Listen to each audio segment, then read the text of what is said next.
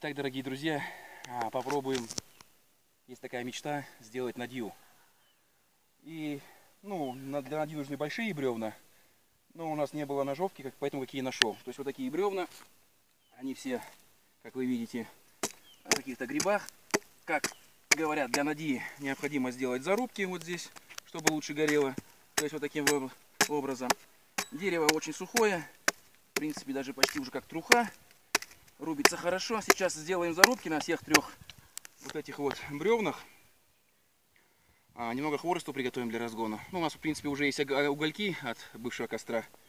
И проэкспериментируем. Так что дальше я сниму, когда уже все обрублю, и когда уже будем ее устанавливать. И вы увидите уже более-менее готовый вариант. Снимаешь?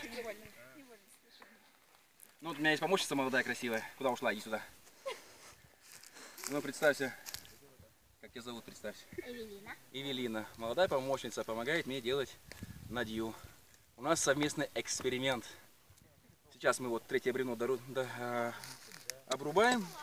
Сделаем такие специальные чопики, чтобы бревна не раскатывались. Выберем себе место, чтобы не мешать костру, где будут готовиться шашлыки. И все будет четко. Продолжаем работу. Бревна попались идеально сухие. Как вы видите, даже отлетает хорошо. Я думаю, разгорятся быстро.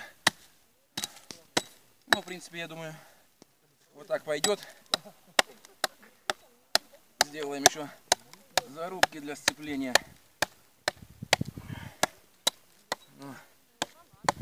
Вот так вот. Все смотрят на меня как это, на концерте. Всем же интересно, что это такое будет. Ну вот, мы сейчас будем совершенствовать нашу конструкцию. То, что мы обрубили, мы теперь сейчас вот так вот сложим.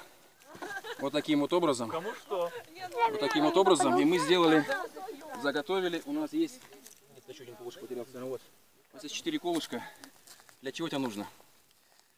Для того, чтобы наши доски не разъезжались. И мы сейчас сюда вот забьем. Один сюда, а не выше надо. Доски не разъедутся. Такие чопики сделал. Такие будут. Ну, тут, в принципе, я так понимаю, чопиков не нужны. Колышки. Ну, раз уже сделал, то от души еще всех заинтересовала наша конструкция. Ну, в принципе, вот так. Сейчас мы накладем сюда щепок. Разожгем и посмотрим, что получится. Надо было вот так снимать. Выключать. Сейчас мы кучки положим, чтобы оно разгорелось. Будет весело, если будет лажа. Так, а мы не под низ немало положили, разгорится. Ну, попробуем, если нет, переделаем. Спички давать? Хорошо, пожалуйста. Спички-то есть. Ну, у меня в сумочке. Есть? С собой? Ну давай. У меня с собой спички есть. Ну и так, снимай хорошо. Ты камеры, чтобы нас было видно. Я слышу, стояла, слушала. И вот пошел процесс поджигания. Да, вишню, давай вот это. Поняла, да. Должен был главное наложить. Сейчас вот наш костер разжигается. Невозможно этой херней. И финишная черта. Это будет третье бревно сверху. А что, сегодня не разгорелось?